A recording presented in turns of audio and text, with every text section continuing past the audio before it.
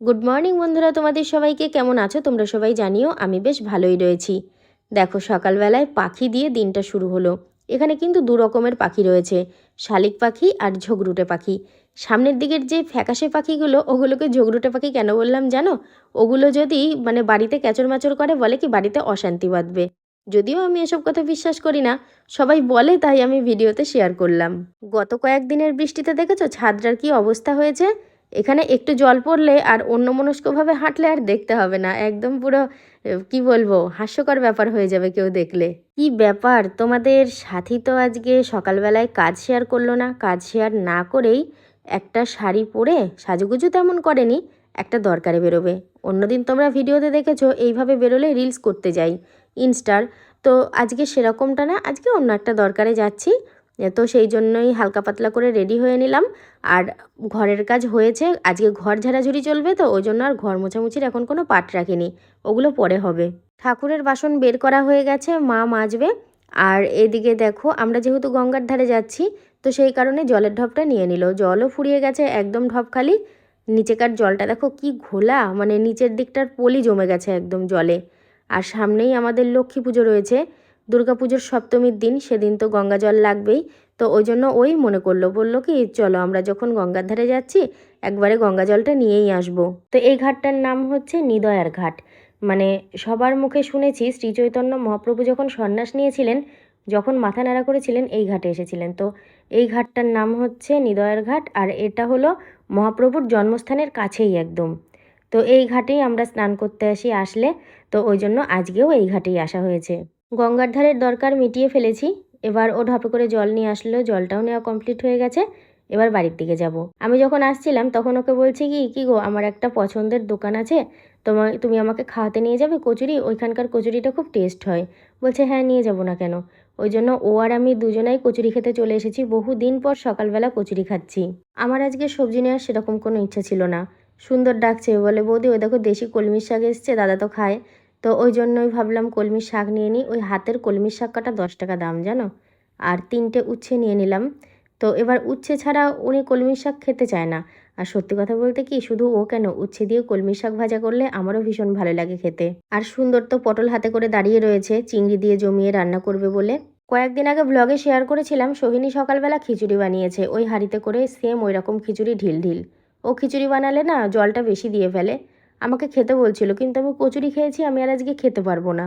পুজো তো আর কয়েকদিন পর, তো সেই কারণে ঘর ঝাড়ার কাজটাও সেরে নেওয়া হলো। ওই ঘরটা ঝাড়া হয়ে গেছে, আমি কিচ্ছু শুট নিতে পারিনি, ওই ধারে রান্না করছিলাম। তো ওটা হয়নি এখন পুরোপুরি হয়নি।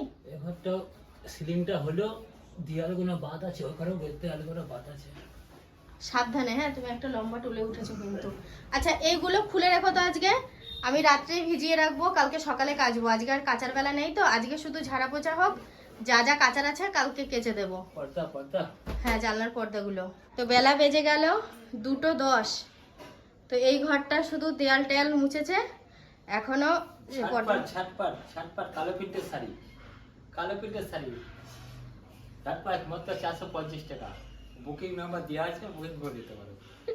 এটা কি হচ্ছে, আমার হাসি পাচ্ছে খুব। এটা কালো প্রিন্টের শাড়ি, ময়লা হয়েছে বলে তাই এটাকে কালো প্রিন্ট বলছো, সাদাটাকে? হ্যাঁ এটা কালো প্রিন্টের শাড়ি। আজকে ঘর ঝাড়াঝুড়ির চক্করে আমাদের যে কখন খাওয়া হবে তার ঠিক নেই, ওই ঘরেও মনে ওরা কখন খাবে ঠিক নেই।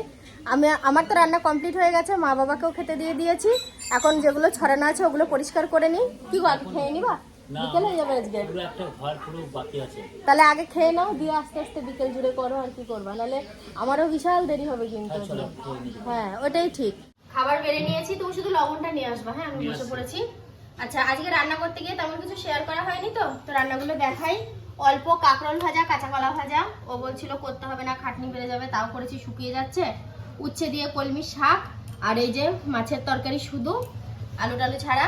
দেয়ালেও ধুলো পড়ে, বলো ধুলো পড়ে না কি ছক করছে, দেখো ধুলো ভালোই পড়ে,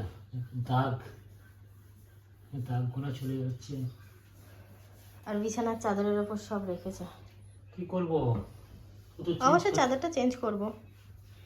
আজকে তো মোছামুছি, কালকে কাচাকুচির পালা থাকবে, কালকে আমার চাপ পড়ে যাবে। কালকে আমার কোনো কাজ নেই, না আজকে আমার কাজ। বেডাডারে দিয়া কাজ করাইয়া করাইয়া একেবারে ঘামায়া ফেলাইছি। প্রচুর পরিশ্রম করছি কিন্তু আজকে। একদম। আর আমি সত্যি আমি সেভাবে পরিশ্রম এখনো করিনি, এবার তুমি করবা? ছেড়ে দাও। হ্যাঁ, এবারে আমার পরিশ্রম শুরু হবে। এই দেখো সব নিচগুলোর অবস্থা কি দেখেছো? বিছানাটার অবস্থা দেখো। দেখার মতো নয়। হরে কৃষ্ণ করতে করতে আসলো দেখলাম। হরে নিশ্চয়ই ওটা কৃষ্ণ। স্যালাড, নিশ্চয়ই স্যালাড মুড়ি খাওয়ার জন্য। এবার ডিম নিয়ে এসছো কেন? হ্যাঁ, সব থেকে তোমার ডিম সিদ্ধ খাওয়াতে মন চাইলো? ওটাই স্টাইল এখন ডিম খাওয়া রাত্রে। ইরে বাপরে। নাও নাও নাও, তুমি হাফ আমি হাফ। না না, তোমার জন্য ওটা। শক্তি বেড়ে যাবে, মারামারি করবো কোথায় তার ঠিক মারামারি নেই। করবা তো কি হবে? মারামারি করলে কি আমাকে সেই কায়দা করতে পারবা? আচ্ছা। আমি খাবো না, আমি খাবো না। হ্যাঁ হ্যাঁ হ্যাঁ হ্যাঁ, একটু আধটু না, খুব বার বেড়েছে, খুব কি করবো ছটফট বলে করার এই দিয়েছো তো। ছটফট করার এই ফল। তেলে ভাজার তেলে আবার কোনটা ফসকে যাচ্ছিল এখনই। এটা দিচ্ছ কেন? তুমি ইয়ার করো না, ধরো আমাদের। আচ্ছা বেশ, ওখানে রাখো, পরে দেখছি। চপ মুড়ি খাওয়া হচ্ছে আর আষাঢ়ে গল্প করা হচ্ছে। আমাদের আষাঢ়ে গল্প এটাই যে ও কি পারতো, আমি কি পারতাম, সেই পুরনো সত্য যুগের সত্য কাহিনী ঘাটা আমি হয়েছিল। বলছিলাম যে আমি যে লুঙ্গির তাঁত বুনতাম, ফ্রেশ লুঙ্গির তাঁত বুনতাম, সাদা লুঙ্গির কাজ করতাম, খুব মানে পরিষ্কার পরিচ্ছন্নভাবে কাজটা করতে হতো, তাই এই গল্পটা করছিলাম। আমারও একটা গুণ আছে জানো তো, কোনোদিন বলা হয়নি ব্লগে, আমি গামছা বুনতে জানি।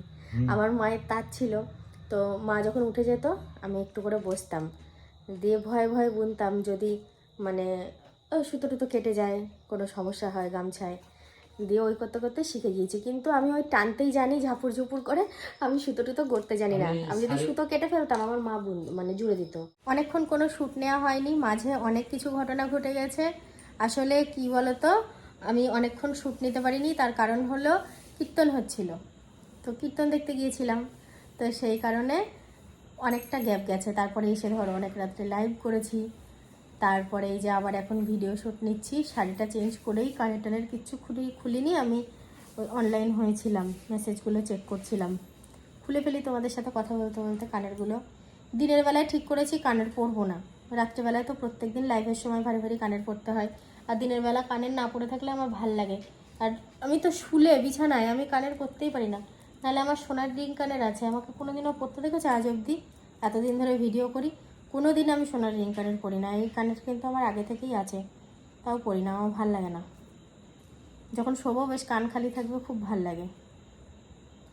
তো যাই হোক, এবার দেখি খাবার দাবারের ব্যবস্থা। এত রাত হয়ে গেছে, আর খেতে ইচ্ছা করছে না, দেখি খাবো কিনা আমার তারও ঠিক নেই। ও খুব জোর করে না খেলে, অল্প করেও খেতে বলে। তো রাত্রের খাবার নিয়ে নিয়েছে, ওই যে সে বারবার ঘেয়ে নিয়ে যাচ্ছে, না খেতে হবে খেতে হবে খেতে হবে। তো খাওয়া দাওয়া করে আমি ঘুমিয়ে যাব, আর ও যাবে চুরি করতে।